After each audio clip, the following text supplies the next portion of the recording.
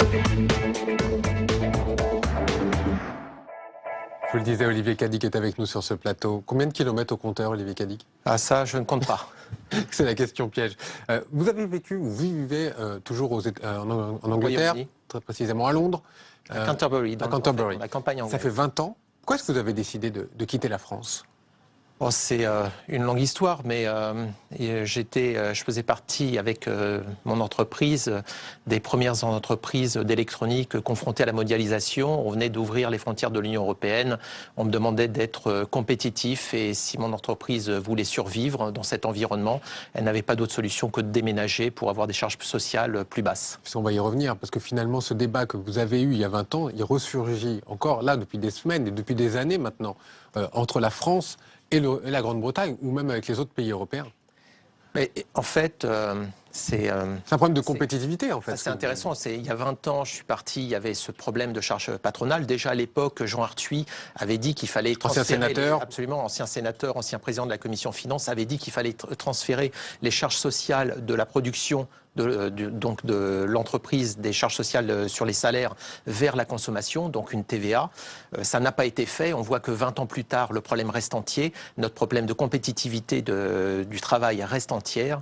Et donc, c'est pour ça que, revenu au Sénat, élu au Sénat, j'ai décidé de siéger à la Commission des affaires sociales pour influer et faire baisser ces charges sociales. Ah, vous avez vu, en ce moment, il y a ce grand débat autour du rapport qui a remis l'ancien sénateur, lui aussi, Robert Badinter. On ne touchera pas aux 35 heures, on ne touche pas au SMIC, on ne touche quasiment à rien. En tout cas, tel que le rapport a été préconisé, il y a 61 mesures. Est-ce que ça vous satisfait ou est-ce qu'au contraire, vous dites, oh là là, on n'est pas prêt de bouger en France? Là, on parle du Code du travail. Je pense que la vraie difficulté, c'est qu'on a l'impression qu'en France, qu'on vit dans un endroit où on ne serait pas confronté aux mêmes problèmes que les autres. On pourrait organiser le droit du travail, un droit du travail à nous, et puis finalement les entreprises françaises, malgré tout, pourront être compétitives internationalement. Non. Il y a le droit du travail, il y a le droit des salariés. Le droit des travailleurs, c'est surtout ça sur lequel Robert Badinter... Dans tous les pays, les travailleurs ont des droits. Dans tous les pays. On a l'impression... Certains peut-être moins que d'autres, même dans certains pays européens. Je parle de l'Espagne très dernièrement. En France, il y a des salariés qui sont très protégés. Et il y en a d'autres qui ne le sont pas beaucoup. Donc il y en a qui sont dans une tour d'ivoire, qui sont comme dans un donjon, qui veulent absolument garder leurs avantages. Tout le monde n'a pas les mêmes droits en France. C'est pas tout à fait l'égalité républicaine. Et c'est contre ça, justement, c'est en faveur d'une égalité républicaine que j'aimerais militer. Alors justement, parce que vous parcourez le monde, qu'est-ce qu'on dit de nous à l'étranger et au niveau européen, parce que vous faites cette tournée européenne actuellement, qu'est-ce qu'on dit de nous aujourd'hui? Le bon côté, c'est qu'on a toujours, on fait toujours rêver sous un certain angle. Il y a toujours une part de bonne nouvelle. Il y a toujours ce côté-là affectif, il y a toujours cette idée-là. La grande difficulté, c'est qu'en termes de business, par contre, on commence à avoir une image de has-been. Et ça, c'est vraiment un danger. C'est-à-dire on en revient toujours sur nos fondamentaux, qui sont le tourisme, nos châteaux. Et je crois qu'il est important aujourd'hui... Est-ce que vous êtes sûr, parce qu'aujourd'hui, quand on parle d'high-tech, on voit que quand on va faire un grand salon à Las Vegas, quand Emmanuel Macron va sur place, on dit que la France, oh là là, il y a plein de nouveautés, il se passe plein de choses, on a plein de talents. Oui, mais encore une fois, ça, c'est les Français qui parlent. Si on va un petit peu partout, si on va à Amsterdam, j'étais à Amsterdam vendredi dernier, on voit avec qui se juge-t-il en concurrence. Ils se jugent en concurrence. Quelles sont les grandes villes? Ils mettent d'abord Londres. Ils ont mis en place 50 liaisons quotidiennes avec Londres. Donc ils sont directement en compétition avec ça. Ils parlent de Stockholm. Mais je ne les ai pas entendus citer Paris. Alors effectivement, à Paris, on fait des choses et on a pris conscience qu'il fallait rentrer dans la bagarre. On y est, on s'y met, mais il y a un certain nombre de problèmes que nous avons qui ne sont pas d'aujourd'hui, vous le disiez, ça fait plus de 20 ans qu'on en parle. Il va falloir l'adresser, parce que je regrette de le dire, mais très vite on verra que ces start-up dont on parle, oui, dans 5 ans, dans 10 ans, elles ne seront plus là. Elles auront été vendues à d'autres qui sauront justement prendre avantage de cette... parce qu'ils ont les moyens financiers. Ils ont de lever l'argent pour pouvoir racheter des sociétés qui ne sont que sur un marché quand même limité. Has-been, ça c'est la façon dont on nous voit aujourd'hui à l'étranger, mais comment vous nous voyez? On commence à nous voir. On commence à nous voir. Mais absolument. Comment est-ce que vous nous voyez? Vous qui allez justement à travers le globe, vous jouez un peu le globe-trotteur, comment est-ce que vous nous voyez? Moi, je vois la France avec ses qualités, ses défauts. Et je vends ces qualités. C'est pas facile alors. Je vends ces qualités. Non, mais encore une fois, moi je suis convaincu que la France a les ressources pour rebondir, sans aucun problème. Je crois que les barrières que nous avons peuvent être levées. On en parle aujourd'hui. Je pense qu'il y a une prise de conscience collective. Et c'est ça, le rapport de M. Badinter, les propos de M. Macron vont aider dans ce sens, à la prise de conscience collective de toute une partie de la population pour dire ça suffit. Il faut bouger. Il faut avancer.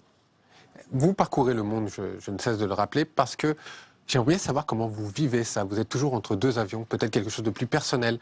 Comment vous faites ?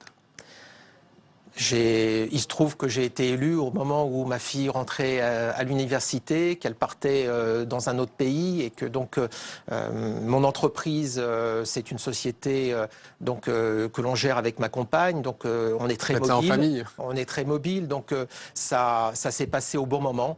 Et c'est vrai qu'en termes de vie privée, ça commence à être très très réduit, mais c'est un honneur de représenter son pays, d'être sénateur, de représenter la France. Alors justement, c'est un vrai honneur, donc on compte pas son temps. Justement, comment est-ce que vous faites pour, quand vous êtes au Sénat, c'est quoi le travail d'un Français, d'un sénateur qui représente les Français du monde ? C'est d'être à l'écoute des Français qui sont aux quatre coins de la planète. Ouais. C'est pour ça que ça nécessite de voyager beaucoup, si on veut. Vous avez été élu par un collège de 400 à 500 personnes. Un collège de 520 grands électeurs.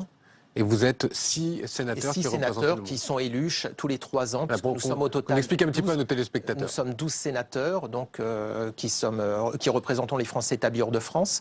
Le corps est renouvelé tous les 3 ans, donc par moitié. Donc 6 sénateurs sont élus par ce corps électoral. Il se trouve que j'étais numéro 3 d'une liste d'union UMP-UDI. Donc je suis le seul sénateur UDI des Français de l'étranger. Et que donc c'est pour ça que généralement le 6e sénateur finalement est élu à très très peu de voix. Votre commentaire le mentionnait.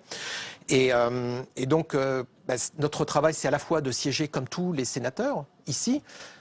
Je pense que notre rôle, c'est de donner un autre regard, c'est d'essayer de faire passer le message à nos Français, à nos collègues ici. Et aux ministres qui viennent pour les questions d'actualité, qui viennent représenter les textes. De la façon dont c'est vu, dont un sujet comme le droit du travail, par exemple, pour ce sujet-là, en septembre, je suis allé en Norvège, en Suède, au Danemark, en Irlande. J'ai rencontré les représentants des patronats, des syndicats locaux, pour justement regarder comment ils étaient organisés sur le droit du travail. Pareil en Suisse. Donc c'est un travail... comment vous êtes répartis si on prend le globe, comment est-ce que vous vous êtes répartis entre sénateurs, entre ces 6 sénateurs ? Écoutez, pour ma part, puisque je suis tout seul au niveau de l'UDI, donc vous avez le monde comme territoire. Mais j'ai été élu aussi avec Christophe-André Frassa et Jacky Dromédy sur la même liste. Et je dirais que Jacky est élu d'Asie, donc moi je ne suis allé du coup qu'une fois en Asie. Christophe avait cette expérience, il avait déjà fait un mandat, donc il va plutôt sur l'Afrique et le Moyen-Orient, mais il va vraiment aussi partout comme moi. Donc on travaille quand même de façon un peu collégiale, autant faire que se peut, mais on n'est pas dans les mêmes commissions non plus. Donc Jacky, par exemple, et Christophe sont à la commission des lois, moi je suis aux affaires sociales. Donc on a quand même un travail un petit peu en équipe, mais on ne peut pas dire qu'on est pleinement au quotidien en train de dire où est-ce que tu vas demain. On a quand même une ligne de conduite aussi dans le travail de fond. Par exemple, moi c'est vraiment le droit du travail qui est un de mes chevaux de bataille. Donc c'est vrai que c'est ce qui me fait aller beaucoup en Europe, par exemple. Lors de vos rencontres sur le terrain en Europe, dans le monde entier, les Français qui sont établis hors de France, qu'est-ce qu'ils vous disent? Leurs difficultés au jour le jour? On parlait tout à l'heure de l'exemple de l'école, de la sécurité sociale. Parce que tout le monde en dit « j'ai envie de partir de France », mais est-ce que c'est si facile que ça quand on est installé ailleurs? Alors, c'est facile de partir de France et de s'installer ailleurs. Mais c'est facile de se le dire. Dans l'Union après, européenne, ça c'est clair. Après, ça dépend des pays au niveau de l'accueil. J'ai envie de dire, ça dépend si vous êtes dans l'Union européenne ou en dehors de l'Union européenne. En dehors de l'Union européenne, la principale problématique, c'est effectivement le social, puisqu'on n'a pas de sécurité sociale. Donc forcément, quel est le niveau du système de santé local? Il y a aussi la question, évidemment, du système éducatif. Les Français qui partent ne partent pas tous forcément en se disant « je pars pour toujours ». Donc c'est parfois l'idée, c'est de passer dans un pays, on peut aller dans un autre pays ou revenir. Donc on a cette mobilité à laquelle il faut travailler. Là, je vous parlais plus aussi de l'état d'esprit. parce qu'il y a une vraie difficulté. Il y a une sorte d'exil quand on s'en va. Les envies aussi de retour peuvent exister. Ou est-ce qu'en ce moment, on se dit, mais non, je suis bien là où je suis bien ailleurs, et la France, je ne veux plus en entendre parler? Non, je crois qu'il y a... On a fait... Vous entendez cette petite musique qui revient, hein? On a fait une étude à une époque sur les jeunes qui arrivaient avec un sac à dos à Londres. Et sur 3 jeunes qui arrivent au bout de 3 ans, il y en a 1 sur 3 qui se sera servi de ça pour partir ailleurs. Donc il a appris l'anglais, il a voulu se conforter, une expérience à l'étranger. Il y en a un autre qui reviendra en France. Et un seul sur 3 sera toujours à Londres ou au Royaume-Uni au bout de 3 ans. Donc je pense qu'il y a une partie des Français qui va effectivement s'établir complètement. Il y a une partie des Français qui va se marier, hein. J'étais en Bulgarie la semaine dernière. Pourquoi est-ce que vous êtes là? Ma femme est bulgare, mais j'étais en Roumanie en septembre. Pourquoi vous êtes là? Parce que ma femme est roumaine. J'étais en Lituanie il y a 1 an. Pourquoi vous êtes là? Ma femme est lituanienne. Voilà, c'est des exemples. Donc le conjoint fait que... donc ça peut être, je parlais de la femme, mais ça peut être le mari, hein, ça peut être dans le sens inverse. Donc honnêtement, la raison, on ne peut pas dresser donc mettre un qualificatif en disant tous les Français de l'étranger rentrent dans ce moule-là. Certains partent pour revenir. Faut pas, encore une fois, faut pas dire non plus que les Français de l'étranger sont des exilés. Ils portent la France dans leur cœur. Bien souvent, ils sont très attachés. Le 14 juillet est très important. Je crois qu'il y a peu de Français en France qui chantent la Marseillaise comme des Français de l'étranger. On la porte vraiment avec nous. Et je crois que c'est ça le message qu'il faut faire passer, c'est que les Français de l'étranger n'ont pas tourné le dos à la France, bien au contraire. Olivier Cadic, il n'y a pas très longtemps, on s'était retrouvés ici sur ce même plateau. J'avais fait une interview de vous. À l'époque, on avait beaucoup parlé de cette affaire Air Cocaine. Ce sont 2 personnes qui sont parties, je ne sais pas si on peut dire enfuies, de Saint-Domingue. Où est-ce qu'on en est aujourd'hui de ce dossier? Vous aviez quelque peu participé un petit peu à cette affaire dans un sens où vous aviez aidé ces 2 personnes à partir. Aujourd'hui, sur le plan judiciaire, on en est où? Écoutez, je n'ai pas eu de contact directement avec la famille depuis les vœux, où je leur ai envoyé bien sûr mes vœux de prompte libération. À ma connaissance, ils sont toujours retenus en prison. Donc pour l'instant, je n'ai pas de commentaire à faire. Puisque c'est quelque chose que vous regrettez ou...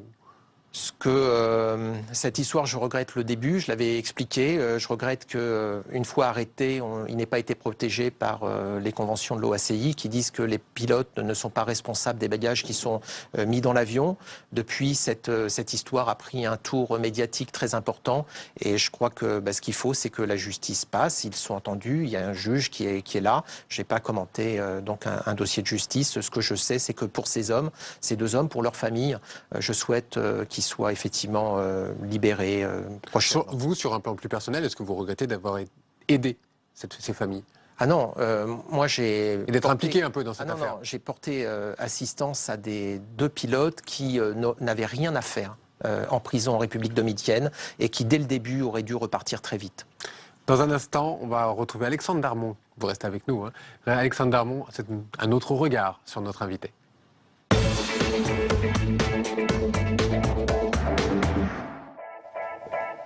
Alexandre. Bonjour Mickaël. Je vous laisse avec Olivier. Oui, monsieur Cadic, bonjour. Bonjour. Tout n'est pas politique, mais la politique s'intéresse à tout. C'est de Nicolas Machiavel. Et je sais que vous aimez les citations, j'ai voulu vous faire plaisir. Et à la lecture de votre CV, cette citation vous résume bien, vous vous êtes intéressé à tout.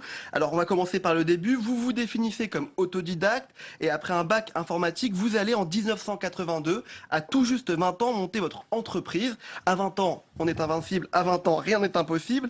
Vous êtes un self-made man, une entreprise dans l'électronique, vous fabriquez des circuits imprimés, vous travaillez le jour, la nuit, et même l'après-midi pour financer cette entreprise, et résultat, 7 ans plus tard, votre société monte à plus d'1 million de capital. Alors, monsieur le sénateur, qu'est-ce que ça fait d'être le Bill Gates du Sénat? Je suis assurément pas le Bill Gates. Vous savez, être un entrepreneur, on commence par être humble parce qu'on ne fait rien sans son équipe, sans ses collaborateurs. Donc, l'entreprise, c'est une aventure humaine qu'on joue et qui est collective. Et on n'est pas un héros. Alors après l'entrepreneuriat, vous vous lancez dans le journalisme avec un magazine en 1995 sur l'industrie électronique et 1 an plus tard, en 1996, vous décidez de vous expatrier en Angleterre. Vous en profitez pour fonder l'association La France Libre d'Entreprendre pour aider les Français à investir en Angleterre. Alors faites voir, Effectivement, vous avez un petit côté Emmanuel Macron. Hein. Est-ce que vous êtes d'accord avec le ministre de l'économie qui dit que la vie d'un entrepreneur est plus compliquée que la vie d'un salarié? Je pense qu'elle a... Oui, sous un certain sens, oui, parce que en fait, la vie d'un entrepreneur ne s'arrête jamais. Lorsque la porte du bureau se ferme le vendredi soir, en fait, elle ne s'arrête jamais. C'est qu'on est toujours pris par son entreprise. On est directement responsable de tout. Donc vous êtes d'accord avec le Et ministre? c'est effectivement, ça peut paraître quand même plus compliqué. Alors vous allez entreprendre en tout cas outre-Manche et cette réussite va vous valoir un titre, pas n'importe lequel, hein, Michael. Monsieur le sénateur, vous allez devenir le Français le plus connu du sud de l'Angleterre depuis Guillaume le Conquérant. Hein, et puis depuis aussi Eric Cantona, faut quand même bien le dire. Vous aimez la bande dessinée et notamment les tuniques bleues, le Far West. C'est peut-être ce qui va vous donner envie de faire de la politique. En 2005, en grand fan de la bande dessinée, vous tentez de promouvoir les BD franco-belges en Grande-Bretagne. Alors quelle est la dernière BD que vous avez lue? La dernière BD que j'ai lue, c'est Black et Mortimer, je crois. Ah, très bon choix. Bon, moi j'ai lu Titeuf dernièrement. Alors, petite info, vous avez scénarisé des albums sur l'histoire de la reine Margot et votre fille s'appelle Margot. Ma fille s'appelle Margot, oui, effectivement. C'est là qu'on se dit, heureusement que vous n'avez pas scénarisé les BD de Tintin, ça aurait été embêtant pour votre fils. On l'a compris, vous avez donc été PDG, journaliste, scénariste, homme politique, un parcours qui pourrait faire l'histoire d'un film. Vous citez souvent Albert Einstein, alors vous m'arrêtez si je me trompe, n'essayez pas de devenir un homme qui a du succès, essayez de devenir un homme qui a de la valeur. Alors prochain pari, pourquoi pas le cinéma, vous pourriez tenir le rôle principal dans une nouvelle version de L'homme qui valait 3 milliards, ou pas? Je ne sais pas, je ne l'ai pas vu. Vous l'avez pas vu? Non. Et vous valez 3 milliards ou pas? À mon avis, non. Pas encore? Écoutez, pour l'instant, en tout cas, non. Mais de toute façon, je ne crois pas que, vous l'avez dit, c'est repris cette citation qui est importante pour moi, je ne crois pas que ce soit cette valeur économique qui soit importante. Alors quelle valeur est importante dans la vie? Les valeurs humaines, c'est ce qui fait que quand vous rencontrez quelqu'un, il vous laisse un bon souvenir quand vous l'avez croisé. Bon, j'espère que je vous aurai laissé un bon souvenir et que je vous verrai au cinéma. Merci, Alexandre, j'espère aussi. Et vous allez laisser un bon souvenir, notre invité? Oui, Ça va? oui. Plutôt Eric Cantona ou Emmanuel Macron au final? Un mélange de deux, ça peut être pas mal. Bon, Olivier Cadic, merci beaucoup d'avoir été notre invité. Il est 17h, c'est l'heure